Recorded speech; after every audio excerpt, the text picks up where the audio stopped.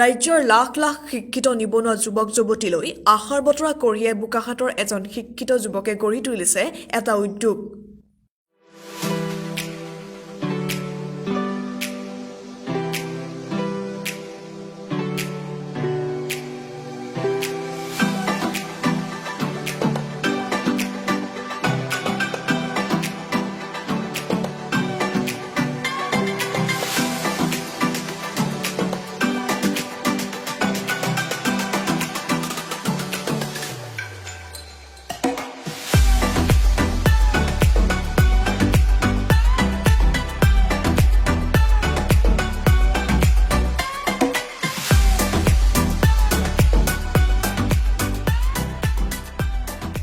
যি সময়ত ৰাজ্যত কৰ্মসংস্থাপনৰ অভাৱ ঘটিছে আৰু যাৰ বাবে চাকৰি বিমুখ একাংশ শিক্ষিত নিবনুৱাই দিক বিদিক হেৰুৱাই বিগত সময়ছোৱাত বহিৰাজ্যলৈ ঢাপলি মেলা পৰিলক্ষিত হৈছিল, তেনে সময়তে বোকাখাতৰ এইজন উদ্যমী যুৱকে সম্পূৰ্ণ নিজা প্ৰচেষ্টাৰে এটা উদ্যোগ স্থাপন কৰি স্বাৱলম্বী হোৱাৰ লগতে আন হাজাৰজন নিবনুৱা যুৱক যুৱতীৰ আত্মসংস্থাপনৰ বাট মুকলি কৰা পৰিলক্ষিত হৈছে আৰু ইতিমধ্যে যুৱকজনৰ প্ৰচেষ্টাই ব্যাপক চৰ্চা লাভ কৰা দেখা গৈছে।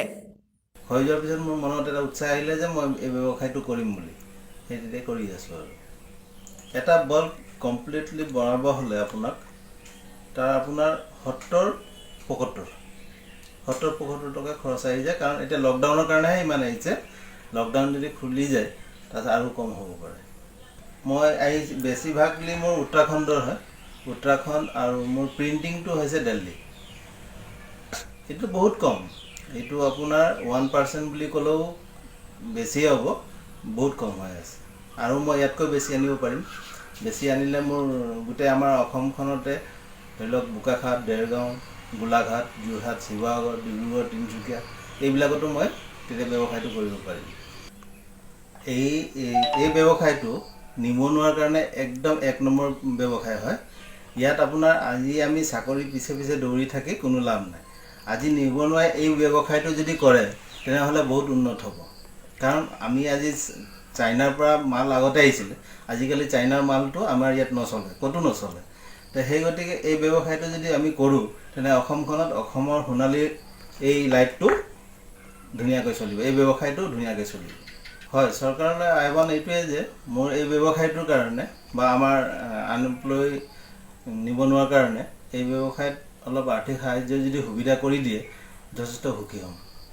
অসমত বুলিবলৈ এতিয়া প্ৰতিষ্ঠানবিলাকতো আমাৰ যিবিলাক প্ৰতিষ্ঠান আগৰ পৰা চলি আছে তেওঁলোকৰ আছে।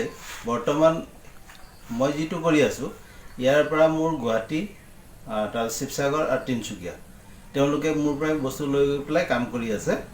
আৰু মই ভাবোঁ ইয়াত ফেক্টৰী বোলা বস্তুটো নাই, কিন্তু মোৰ ইয়াৰ পৰা লৈ গ'লে তেওঁলোকে এটা আনএমপ্লয়মেণ্ট চলিউশ্যনটো কৰিব পাৰিব, আৰু প্লাছ তেওঁলোকে নিবনুৱা এটা সংস্থাপনো দিব পাৰিব ল'ৰা ছোৱালীৰ ভিতৰত। দিনটোত আপোনাৰ 70-80 বনাব পাৰি।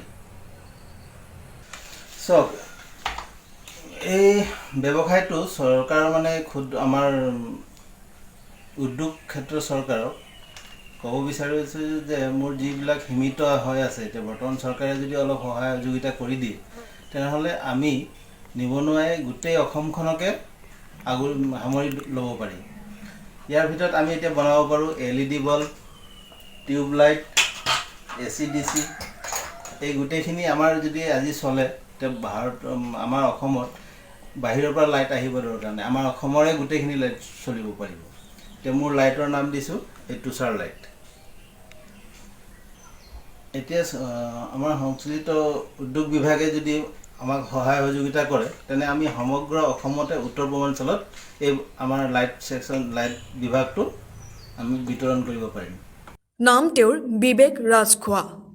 বোকাখাতৰ মণ্ডলগাঁও নিবাসী এইজন যুৱকে ঔদ্যোগিক প্ৰশিক্ষণ প্ৰতিষ্ঠানৰ পৰা শিক্ষা গ্ৰহণ কৰি ব্যক্তিগত প্ৰতিষ্ঠানত কৰ্মৰত আছিল যদিও বৰ্তমানে নিজা ঘৰতে আৰম্ভ কৰিছে এটা উদ্যোগ, য'ত যুৱকজনে প্ৰস্তুত কৰি উলিয়াইছে হাজাৰ হাজাৰ LED লাইট।